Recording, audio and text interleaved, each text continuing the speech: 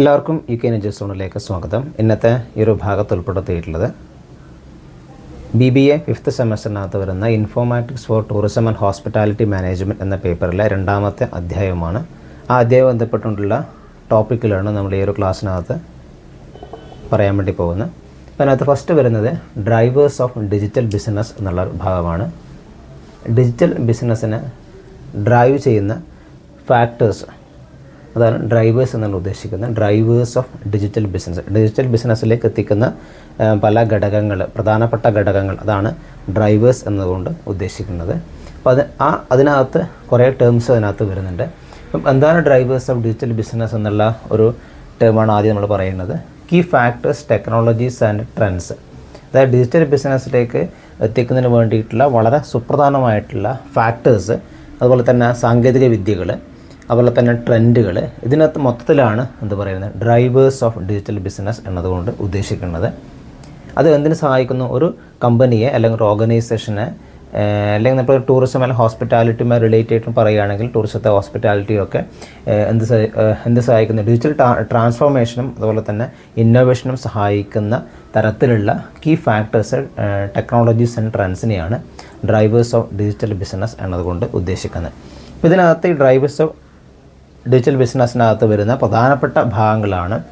ഒന്ന് മൊബൈൽ, അതുപോലെ തന്നെ ക്ലൗഡ് കമ്പ്യൂട്ടിംഗ് എന്നുള്ളത്, ദെൻ സോഷ്യൽ മീഡിയ എന്നുള്ളത്, ദെൻ IoT ഒക്കെ കാണുന്നത് വിചാരിക്കുന്നത്. IoT എന്നുള്ളത് ഇൻ്റർനെറ്റ് ഓഫ് തിങ്സ് എന്നുള്ളത്, ദെൻ ബിഗ് ഡാറ്റ അനലറ്റിക്സ് എന്നുള്ളത്. ബിഗ് ഡാറ്റ അനലറ്റിക്സ്, ഇത്രയും ഭാഗങ്ങൾ ഇതിൽ വരുന്നതാണ് ഡ്രൈവേഴ്സ് ഓഫ് ഡിജിറ്റൽ ബിസിനസ്സിനകത്ത് വരുന്നതാണ്. അപ്പോൾ ഇതിനകത്തുള്ള ഈ ഫാക്ടേഴ്സ്, അതുപോലെ തന്നെ ട്രെൻഡ്, ടെക്നോളജി എന്നുള്ളത് ഏത് രീതിയിലാണ് ബിസിനസ്സിനെ സഹായിക്കുന്നത്, അല്ലെങ്കിൽ ഇതിൻ്റെ ബെനിഫിറ്റ്, അല്ലെങ്കിൽ ഇതിൻ്റെ ഫീച്ചേഴ്സ്, അല്ലെങ്കിൽ കീ ക്യാരക്ടറിസ്റ്റിക്സ് എന്നൊക്കെ ചോദിച്ചാൽ നമുക്ക് എഴുതാൻ പറ്റുന്ന കുറച്ച് പോയിൻ്റാണ് ഇവിടെ എഴുതിയിട്ടുള്ളത്. കസ്റ്റമർ എക്സ്പീരിയൻസ് എന്നുള്ള, കാരണം കസ്റ്റമേഴ്സ് എക്സ്പീരിയൻസ് ഇവിടെ എന്താണ്, പുതിയ ടെക്നോളജീസ്, പുതിയ ട്രെൻഡൊക്കെ ഉപയോഗിക്കുന്നു, അല്ലെങ്കിൽ ഇന്നോവേഷൻസ് ഓർഗനൈസേഷനകത്ത് കൊണ്ടുവരുന്നു. അപ്പോൾ കസ്റ്റമേഴ്സ് എക്സ്പീരിയൻസ് എന്ത് ചെയ്യും? നല്ലൊരു കസ്റ്റമേഴ്സ് എക്സ്പീരിയൻസ് എൻഹാൻസ് ചെയ്യാൻ സഹായിക്കുന്നു. അതുപോലെ തന്നെ ഒരു ഓർഗനൈസേഷനകത്തുള്ള അല്ലെങ്കിൽ ഒരു കമ്പനിനകത്തുള്ള എന്താണ് എഫിഷ്യൻസി എന്നുള്ളത്, കാര്യക്ഷമത വർദ്ധിപ്പിക്കുന്നതിന് വേണ്ടിയിട്ട് സഹായിക്കുന്നു.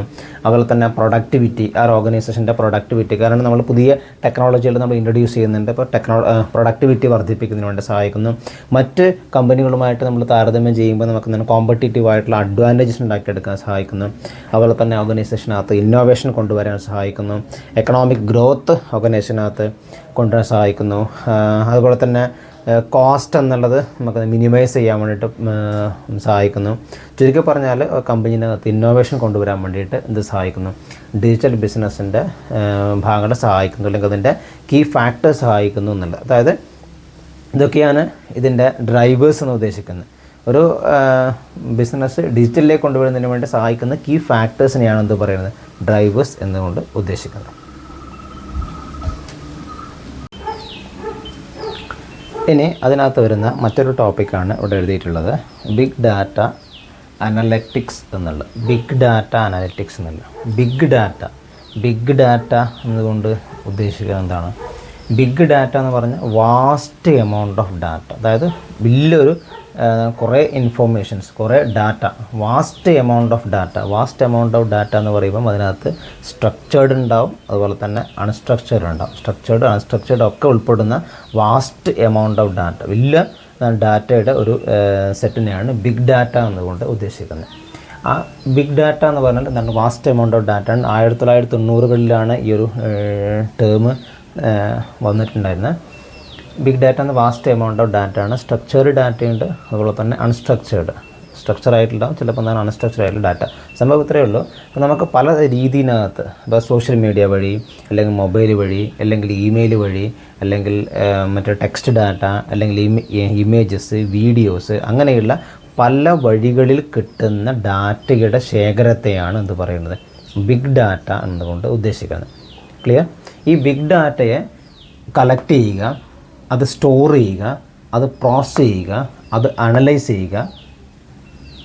ചെയ്യുന്ന ആ കംപ്ലീറ്റ് പ്രക്രിയനെ വിളിക്കുന്ന പേരാണ് ബിഗ് ഡാറ്റ അനലിറ്റിക്സ് എന്നുള്ളത്. ബിഗ് ഡാറ്റ അനലിറ്റിക്സ് എന്ന് പറഞ്ഞാൽ process of collecting, storing, process of collecting, storing, processing, analysing large and complex data, അല്ലെങ്കിൽ vast amount of data, large and complex data. ഈ ലാർജ് ആൻഡ് കോംപ്ലക്സ് ഡാറ്റ എന്നുള്ളത് കിട്ടുന്നത് എങ്ങനെയാണ്? കിട്ടുന്നതെന്ന് പറഞ്ഞാൽ ഈ ഡാറ്റയുടെ പ്രധാനപ്പെട്ട സോഴ്സ് എന്ന് പറഞ്ഞാൽ പല രീതിയിലുള്ള ഓൺലൈനിലൂടെ, അതായത് സോഷ്യൽ മീഡിയ വഴി, മൊബൈൽ വഴി, ഇമെയിൽ വഴി, അല്ലെങ്കിൽ ഇൻ്റർനെറ്റ് ഓഫ് തിങ്സ് ഡിവൈസ് വഴി, അല്ലെങ്കിൽ ടെക്സ്റ്റ് ഡാറ്റ വഴി, അല്ലെങ്കിൽ ഇമേജ് വഴി, അല്ലെങ്കിൽ വീഡിയോ വഴി, അങ്ങനെ ലഭിക്കുന്ന ഡാറ്റയെ കളക്ട് ചെയ്യുന്നതും സ്റ്റോർ ചെയ്യുന്നതും പ്രോസസ്സ് ചെയ്യുന്നതും അനലൈസ് ചെയ്യുന്ന ആ ഒരു കംപ്ലീറ്റ് പ്രക്രിയ പറയുന്ന പേരാണ് ബിഗ് ഡാറ്റ അനലിറ്റിക്സ് എന്നുള്ള ആ ഒരു ടേമും കൃത്യമായിട്ടൊന്ന് ഐഡൻറ്റിഫൈ ചെയ്ത് വെക്കുക. അപ്പോൾ ഇതിൻ്റെ സോഴ്സ് എന്ന് പറഞ്ഞാൽ എന്താണ്? സോഷ്യൽ മീഡിയ ആയിരിക്കും, അതുപോലെ തന്നെ മൊബൈലായിരിക്കും, ഇമെയിൽ, ഇതൊക്കെ എന്താണ്? ബിഗ് ഡാറ്റ അനലിറ്റിക്സിൻ്റെ സോഴ്സാണ്. പ്രധാനമായിട്ടും ഈ ഡാറ്റ കളക്ട് ചെയ്യുന്നതിന് വേണ്ടി പല രീതിയിനകത്തുള്ള ടൂൾസുകൾ ഉപയോഗിക്കാം. അതായത് ചിലപ്പം ഉപയോഗിക്കുന്നത് എന്താണ്? സ്റ്റാറ്റിസ്റ്റിക്കൽ ടെക്നിക്ക് ഉപയോഗിക്കാം, അല്ലെങ്കിൽ ബിസിനസ്സിൻ്റെ മറ്റ് പല രീതിയിനകത്തുള്ള ടെക്നിക്കലും ഉപയോഗിച്ചുകൊണ്ടാണ് എന്ത് ചെയ്യുന്നത്? ഡാറ്റ എന്നുള്ളത് കളക്ട് ചെയ്യുന്നത്. അപ്പോൾ സ്റ്റാറ്റിസ്റ്റിക്കൽ ടെക്നിക്കിലൊക്കെ എന്ത് ചെയ്യുന്നത്? ഇത് കളക്ട് ചെയ്യാൻ വേണ്ടിയിട്ട് ഉപയോഗിക്കുന്നുണ്ട്.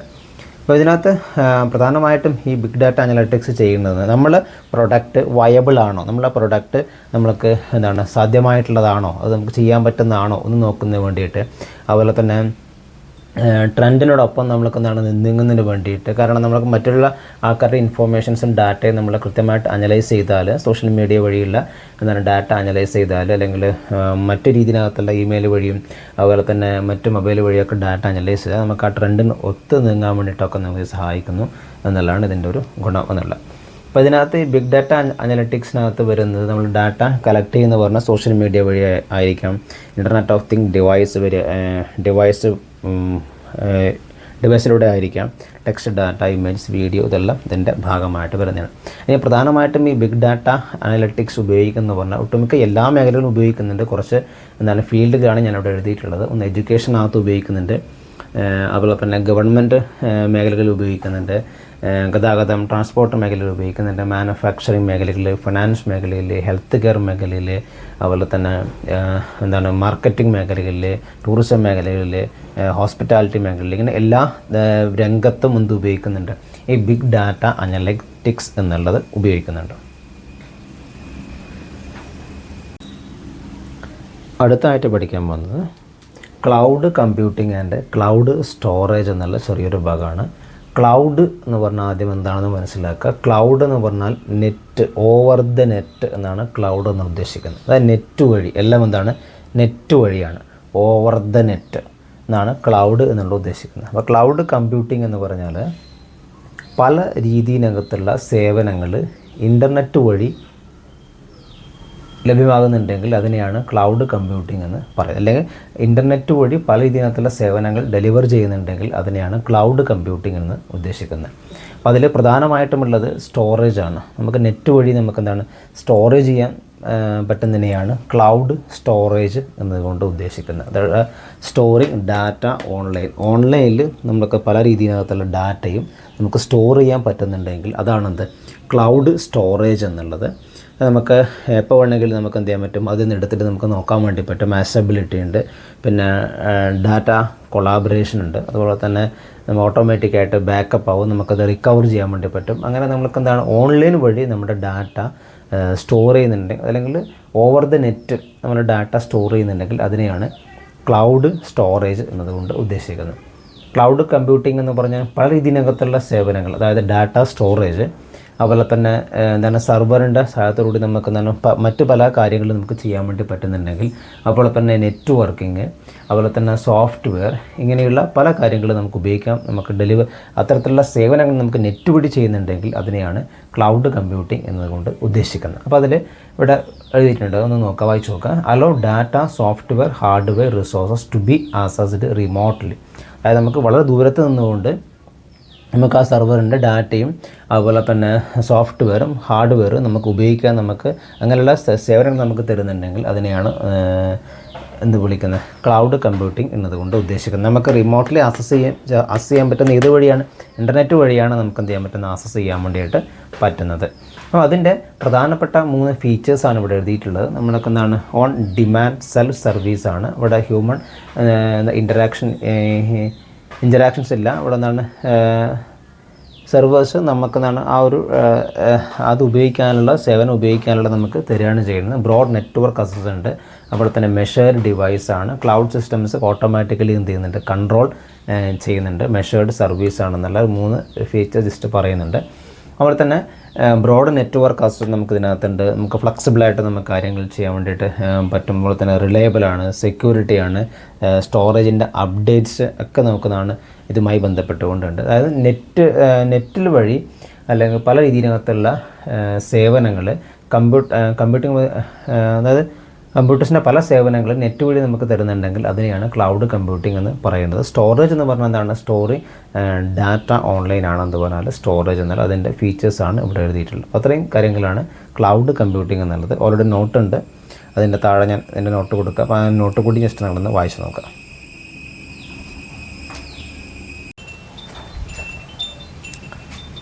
അടുത്തായിട്ട് നമ്മൾ പഠിക്കുന്നത് ഇതിനകത്ത്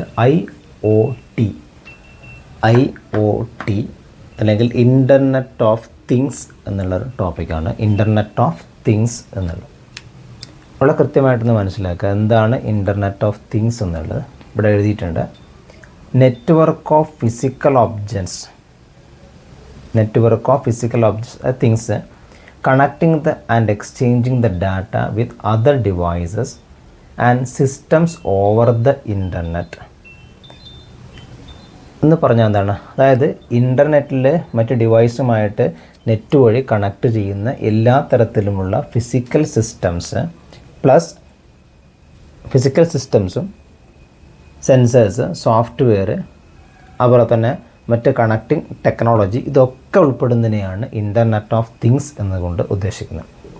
ഇൻ്റർനെറ്റ് ഓഫ് തിങ്സ് എന്ന് പറഞ്ഞാൽ അപ്പോൾ എന്താണ്, network of physical objects connecting and exchanging the data with other devices, മറ്റ് ഡിവൈസുമൊക്കെ കണക്ട് ചെയ്യുന്ന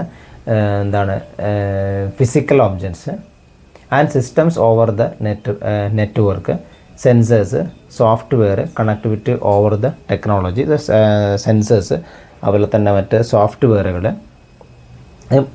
കണക്റ്റിംഗ് ആൻഡ് എക്സ്ചേഞ്ചിങ് ഡാറ്റ മറ്റ് ഡിവൈസുമായിട്ട് കണക്ട് ചെയ്യുന്നതിന് വേണ്ടിയിട്ടും ഡാറ്റ എക്സ്ചേഞ്ച് ചെയ്യുന്നതിന് വേണ്ടിയിട്ടായിരിക്കും ഒക്കെ ഇൻ്റർനെറ്റ് വഴി ഉപയോഗിക്കുന്ന എല്ലാ തരത്തിലുമുള്ള ഫിസിക്കൽ ഒബ്ജക്ട്സും അതുപോലെ തന്നെ സെൻസേഴ്സും സോഫ്റ്റ്വെയർ കണക്ടിവിറ്റിയും മറ്റ് ടെക്നോളജികളും എല്ലാം ഉൾപ്പെടുന്നതിനെയാണ് ഇൻ്റർനെറ്റ് ഓഫ് തിങ്സ് എന്നുകൊണ്ട് ഉദ്ദേശിക്കുന്നത്. ഇപ്പോൾ ഇൻ്റർനെറ്റ് ഓഫ് തിങ്സ് എന്ന് പറഞ്ഞാൽ അതിനകത്ത് തന്നെ സെൻസേഴ്സ് ഉണ്ട്, സോഫ്റ്റ്വെയർ ഉണ്ട്, സോഫ്റ്റ്വെയർ കണക്ടിവിറ്റി ഉണ്ട്, മറ്റ് അത് ടെക്നോളജികളുണ്ട്. ഇപ്പം ഇൻ്റർ റിലേറ്റഡ് ഡിവൈസസുമായിട്ട് റിലേറ്റ് ചെയ്തിട്ടുള്ള കാര്യങ്ങളൊക്കെ ഇതിനകത്തുണ്ട്. ഡാറ്റ കളക്ഷൻ ആൻഡ് എക്സ്ചേഞ്ചിന് വേണ്ടിയിട്ട് എന്ത് ചെയ്യുന്നു, സഹായിക്കുന്നത്. അതുപോലെ തന്നെ collective and network of connected devices and technology. നമുക്ക് സിമ്പിളായിട്ട് ഇങ്ങനെയും പറയാം, collective network of connected devices and technology. Collective network of connected devices and technology. ഡിവൈസും വരുന്നുണ്ട്, അതുപോലെ തന്നെ ടെക്നോളജിയും ഒക്കെ ഉൾപ്പെടുന്ന കളക്റ്റീവ് നെറ്റ്വർക്കിനെയാണ് നമ്മൾ എന്ത് വിളിക്കുന്നത്, ഇൻ്റർനെറ്റ് ഓഫ് തിങ്സ് എന്നതുകൊണ്ട് ഉദ്ദേശിക്കുന്നത്. അപ്പം ഇതിനകത്ത് ഇപ്പം സ്മാർട്ട് ഫോൺ ഡിവൈസ് വരും, സെക്യൂരിറ്റി ക്യാമറ പോലുള്ള കാര്യങ്ങളൊക്കെ ഇതൊക്കെ ഇതിനകത്ത് ഉൾപ്പെടുന്നതാണ്. സ്മാർട്ട് ഫോൺ ഡിവൈസ്, അതുപോലെ തന്നെ വിയറബിൾ ഡിവൈസ്, ധരിക്കുന്ന സ്മാർട്ട് വാച്ചുകൾ, മറ്റ് കാര്യങ്ങളൊക്കെ, പിന്നെ കണക്റ്റഡ് കാർസ്, ഡ്രോണ്, ഫിസിക്കൽ ഡിവൈസൊക്കെ ഇതിനകത്ത് വരുന്നത്. Medical device, agriculture, sensors, smart TV, smart speakers, ഇതെല്ലാം ഏതിൻ്റെ പരിധിയിൽ വരുന്നതാണ്, ഇൻ്റർനെറ്റ് ഓഫ് തിങ്സിൻ്റെ പരിധിയിൽ വരുന്നതാണ്. ഓക്കെ, ആദ്യം എന്താണെന്ന് കൃത്യമായിട്ട് മനസ്സിലാക്കുക. ഇൻ്റർനെറ്റ് ഓഫ് തിങ്സ് എന്ന് എന്താണെന്ന് മനസ്സിലാക്കുക. ഫിസിക്കൽ ഒബ്ജക്ട്സും മറ്റ് സെൻസർ, സോഫ്റ്റ്വെയർ, കണക്ടിവിറ്റി എല്ലാം ഉൾപ്പെടുന്നതാണ് ഇൻ്റർനെറ്റ് ഓഫ് തിങ്സ് എന്നുള്ളത്. അപ്പോൾ ഇതിൻ്റെ കുറച്ച് ഇതുമായിട്ട് റിലേറ്റ് ചെയ്തിട്ടുള്ള കുറച്ച് ഫീച്ചേഴ്സും ബെനിഫിറ്റൊക്കെയാണ് ഇവിടെ പറഞ്ഞിട്ടുള്ളത്. ഒരു ഓർഗനൈസേഷനകത്ത്, കമ്പനിനകത്ത് എഫിഷ്യൻസി കൂടുന്നതിന് വേണ്ടിയിട്ടും പ്രൊഡക്ടിവിറ്റി ഇൻക്രീസ് ചെയ്യുന്നതിന് വേണ്ടിയിട്ടും പ്രോപ്പറായിട്ടുള്ള ഡിസിഷൻ എടുക്കുന്നതിന് വേണ്ടിയിട്ടും അതുപോലെ തന്നെ കസ്റ്റമേഴ്സിൻ്റെ എക്സ്പീരിയൻസ് വർദ്ധിപ്പിക്കുന്നതിന് വേണ്ടിയിട്ടും ഉള്ള ഒരു ഫ്ലെക്സിബിളായിട്ടുള്ള ഒരു ഡിവൈസാണിത്.